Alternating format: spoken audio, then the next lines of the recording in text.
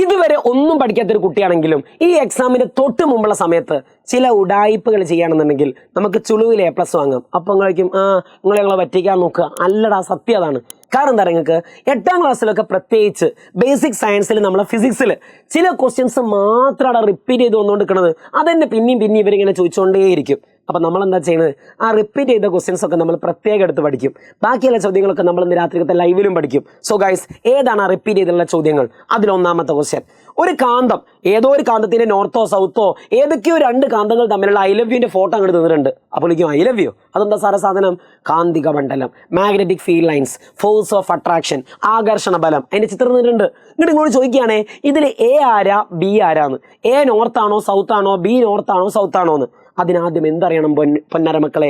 നോർത്തിനെയും സൗത്തിനെയും പറ്റി അറിയണം. കാന്തത്തിന്റെ I love യുവിനെ പറ്റി അറിയണം. ഞാൻ പഠിപ്പിച്ചുതരാം. കാന്തത്തിന്റെ ഐ ലവ് യുവിനെ പറ്റി നിങ്ങൾക്ക് എന്താ മനസ്സിലാക്കേണ്ടത്? ഒന്നാമത്തെ പോയിന്റ്, ഐ ലവ് യു എപ്പോഴും നോർത്ത് നിന്ന് സൗത്തിലേക്കായിരിക്കും. അപ്പോഴേക്കും അയ്യേ, എക്സാമിന് ഞങ്ങൾ ഇങ്ങനെ എഴുതുക. ഞാൻ പറഞ്ഞുതരാം. കാന്തിക മണ്ഡലം, മാഗ്നറ്റിക് ഫീൽഡ് ലൈൻസ് എപ്പോഴും നോർത്തിൽ നിന്ന് സൗത്തിലേക്കായിരിക്കും. സെറ്റല്ലേ? രണ്ടാമത്തെ പോയിന്റ്, സാറേ നോർത്തും തമ്മിൽ ഒരേ മാരത്തെ ആൾക്കാരാണെങ്കിൽ ഐ ലവ് യു അല്ല, ഐ ഹേറ്റ് യു. ഒരേപോലുള്ള ധ്രുവങ്ങളാണെങ്കിൽ, ലൈക്ക് പോൾസ് ആണെങ്കിൽ, ദേ റീപ്പൽ ഈച്ച് അതർ, അവർ പരസ്പരം വികർഷിക്കുന്നു. എന്നാൽ ഓപ്പോസിറ്റ് ആണെങ്കിലോ, നോർത്തും സൗത്തും ചേട്ടാ അവർ തമ്മിൽ ആകർഷിക്കുന്നു. സെറ്റല്ലേ? ദേ അട്രാക്ട് ഈച്ച് അതർ. ഇനി എൻ്റെ മക്കൾ പറയും, സാർ ഇവിടുന്ന് ഐ ലവ് യു എവിടുന്ന് എങ്ങോട്ടാ പോയത്? കൊച്ചു കള്ളാ, ഇവിടുന്ന് ഇങ്ങോട്ടാണ് ഐ ലവ് യു പോയത്. സോ നമുക്കറിയാം ഐ ലവ് യു എപ്പോഴും നോർത്ത് നിന്ന് സൗത്തിലേക്കായിരിക്കും. സോ B ആയിരിക്കും നോർത്ത്, A ആയിരിക്കും സൗത്ത്. ബുദ്ധിമുട്ട് വല്ലതുണ്ടോ? വല്ല പ്രശ്നമുണ്ടോ? എന്നാൽ അപ്പം തന്നെ നിങ്ങൾ വെറുതെ ഈ ആൾക്കാരുടെ ചിത്രം വരയ്ക്കാനൊന്ന് മനസ്സിലാക്കണം. ഇതാണ് ബാർ കാന്തത്തിന്റെ ഐ ലവ് യു. ബാർ മാഗ്നറ്റിന്റെ മാഗ്നറ്റിക് ഫീൽഡ് ലൈൻസ് എപ്പോഴും നോർത്ത് നിന്ന് എങ്ങോട്ടാണ് പോവുക? സൗത്തിലേക്ക്. ഇതിങ്ങനെ കാണുമ്പോൾ സുഹൃത്തുക്കളെ ഒരു പൂമ്പാറ്റിന്റെ മാരിയൊക്കെ വേണമെങ്കിൽ ആലോചിച്ചോളി. മാഗ്നറ്റിക് ഫീൽഡ് ലൈൻസ് എപ്പോഴും നോർത്ത് നിന്ന് സൗത്തിലേക്കായിരിക്കും. നോർത്ത് നിന്ന് പോലെ എപ്പോഴും പോടാ, എനിക്ക് എന്നെ വേണ്ട, നോ ഞാൻ പോവാ, നോ ഞാൻ പോവാ, നോ എന്നെ വേണ്ട, നോ എന്നെ വേണ്ട, നോ നോ നോ. നോർത്ത് നിന്ന് അങ്ങോട്ട് പോകും. എന്നാൽ സൗത്തിലേക്ക് എന്താ പറയാ? സൗത്ത് യെസ് ചേട്ടാ ഞാൻ അങ്ങോട്ട് വരുന്നു, യെസ് ചേട്ടാ ചേട്ടാ ഈ ചേട്ടൻ്റെ അടുത്തേക്ക് അങ്ങോട്ട് വരുന്നു. സോ നോർത്തിനോട് നോ പറഞ്ഞ് അങ്ങോട്ട് പോകും, സൗത്തിനോട് യെസ് ചേട്ടാ ഞാൻ കമ്മിങ് എന്ന് പറഞ്ഞിട്ട് അങ്ങോട്ടും വരും. സെറ്റല്ലേ? സോ നോർത്തിൽ നിന്ന് പോകും, സൗത്തിലേക്ക് വരും. ഞാൻ കുറച്ചും കൂടി ചിത്രം വരച്ചുതരാം. ഇതേമാതിരത്തെ ചിത്രം ചോദിക്കും. 2 നോർത്തും സൗത്തും ആണെങ്കിൽ അവർ തമ്മിലുള്ള ചിത്രം എങ്ങനെയാണ്? നോർത്ത് നിന്ന് നേരെ സൗത്തിലേക്ക്, സൗത്തേട്ടാ കഴിഞ്ഞ് നോർത്തും സൗത്തും വരികയാണെങ്കിൽ സൗത്തേട്ടാ എന്ന് പറഞ്ഞ ഒറ്റ വരണ്ട വരയ്ക്കുക. അപ്പോൾ അടുത്ത ദിവസം ചില ആൾക്കാർ ചോദിക്കും, അങ്ങാണെങ്കിൽ നോർത്തും ആണെങ്കിലോ, സൗത്തും ആണെങ്കിൽ എന്താ ചെയ്യേണ്ടത്? ഇവിടെ നോക്കടാ, നോർത്തും ആണെന്നുണ്ടെങ്കിൽ ഇവൻ അങ്ങോട്ട് പോവും, സൗത്തിനെ അന്വേഷിച്ച് പോവും. അപ്പോഴാണ് മനസ്സിലാകുക, ഓ മൈ ഗോഡ് അത് നോർത്താണല്ലോ, എൻ്റെ ശത്രുവാണല്ലോ, പോടാ എൻ്റെ അടുത്തേക്ക് ഞാൻ വരില്ലടാ. ഈ നോർത്ത് നിന്ന് നോ പറഞ്ഞ ഒറ്റ പോക്ക, പോടാ എന്ന് പറഞ്ഞ ഒറ്റ പോക്ക് പോവും. സോ ഈ ചിത്രം നിങ്ങൾ നിർബന്ധമായിട്ടും വരച്ചു പഠിക്കണം. നോർത്തും ആണെങ്കിൽ അവർക്ക് ഇഷ്ടമല്ല, 2 ആൾക്കാരും തെറ്റിപ്പിരിയും.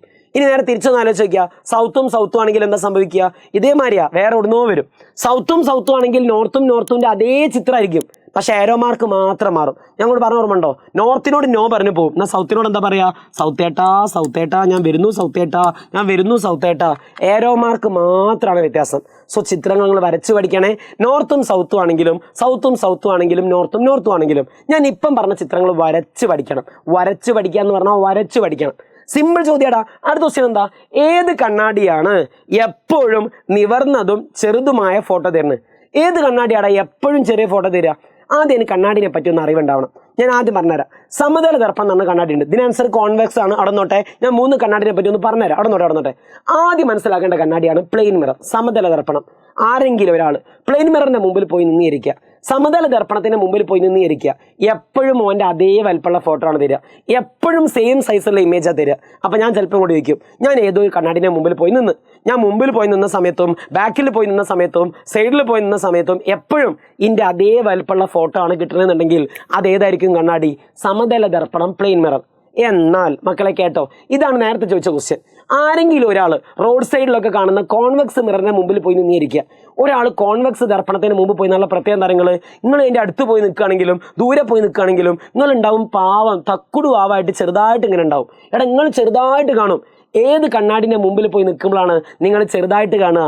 നിങ്ങളെ ഫോട്ടോ ചെറുതായിട്ട് കാണണമെന്നുണ്ടെങ്കിൽ, എപ്പോഴും ചെറുതായിട്ട് കാണണമെന്നുണ്ടെങ്കിൽ, എപ്പോഴും ചെറുതും നിവർന്നതുമാവണമെങ്കിൽ ആ കണ്ണാടിയാണ് കോൺവെക്സ് ദർപ്പണം. ഏതാടാ? കോൺവെക്സ് ദർപ്പണം. അപ്പോൾ കോൺവെക്സിൻ്റെ പ്രത്യേകത പഠിക്കാൻ ഇത്ര എളുപ്പമാണ്. ചെമ്മീൻ ആലോചിക്കുക. ചെമ്മീൻ ചെറുതായിരിക്കും, മിത്തിയായിരിക്കും, നിവർന്നതായിരിക്കും. ഇംഗ്ലീഷ് മീഡിയക്കാർ EVS ആലോചിക്കുക. നിങ്ങളെ പണ്ടത്തെ ടെക്സ്റ്റ് ബുക്ക് EVS ഇറക്റ്റ് ആയിരിക്കും, വെർച്വൽ ആയിരിക്കും, സ്മോൾ ആയിരിക്കും. സെറ്റല്ലേ? എന്നാൽ ഒരു കണ്ണാടിയും കൂടിയുണ്ട്. ഈ കണ്ണാടിൻ്റെ പേരാണ് കോൺകേവ് കണ്ണാടി. കോൺകേവ് കണ്ണാടിൻ്റെ പ്രത്യേകത എന്താ നിങ്ങൾക്ക്? കോൺകേവിൽ മാത്രാടാ നമ്മളെക്കാൾ വലിയ ഫോട്ടോ കിട്ടുക. അപ്പം ഞാൻ ചോദിക്കേ, ഏത് കണ്ണാടിയിലാണ് നമ്മളെക്കാൾ വലിയ ഫോട്ടോ കിട്ടുകയെന്ന്? നമ്മളെക്കാൾ വലിയ ഫോട്ടോ തരുന്ന കണ്ണാടി ഏതാറാ? കോൺകേവ്. നമ്മളെക്കാൾ വലിയ ഫോട്ടോ തരുന്ന കണ്ണാടി ഏതാ? കോൺകേവ് കണ്ണാടി. കോൺകേവ് കണ്ണാടി നമ്മളെക്കാൾ വലിയ ഫോട്ടോ തരും. എപ്പോഴും നമ്മളെക്കാൾ വലിയ ഫോട്ടോ ആണോ? അല്ല. ചില സമയത്ത് നമ്മൾ അതേ വലുപ്പമുള്ള ഫോട്ടോ തരും, ചില സമയത്ത് നമ്മളെക്കാൾ ചെറിയ ഫോട്ടോ തരും. സോ ഇതാണ് കണ്ണാടിനെ പറ്റി നിങ്ങൾ അറിയേണ്ട ബേസിക് കാര്യങ്ങൾ. കൂടുതൽ കാര്യങ്ങളൊക്കെ നമ്മളിവിടെ പറയും. ഇന്ന് രാത്രിയുള്ള നമ്മളെ ലൈവിൽ പറയും. സോ നിർബന്ധമായിട്ട് ലൈവിൽ വരണം. ലൈവ് എത്ര മണിക്കാടാ? കൃത്യം 7 മണിക്ക് നമ്മൾ സ്റ്റാർട്ട് ചെയ്യും. അതിൽ നമ്മൾ ബേസിക് സയൻസിലെ ബാക്കി ഫുൾ കാര്യം പറഞ്ഞുതരും. ഇന്ന് നിങ്ങൾ ഫ്രണ്ട്സിനെയും കൂട്ടി അങ്ങോട്ട് വരികയാണെന്നുണ്ടെങ്കിൽ ബേസിക് സയൻസ് നമ്മൾ സെറ്റാക്കി തരും. റെഡി അല്ലേ? സോ ഗൈസ്, വീഡിയോ ഇഷ്ടപ്പെടുകയാണെങ്കിൽ ലൈക്ക് അടിക്കുക, അഭിപ്രായങ്ങൾ പറയാം, മാക്സിമം ഫ്രണ്ട്സിന് ഷെയർ ചെയ്ത് കൊടുക്കുക. ബൈ.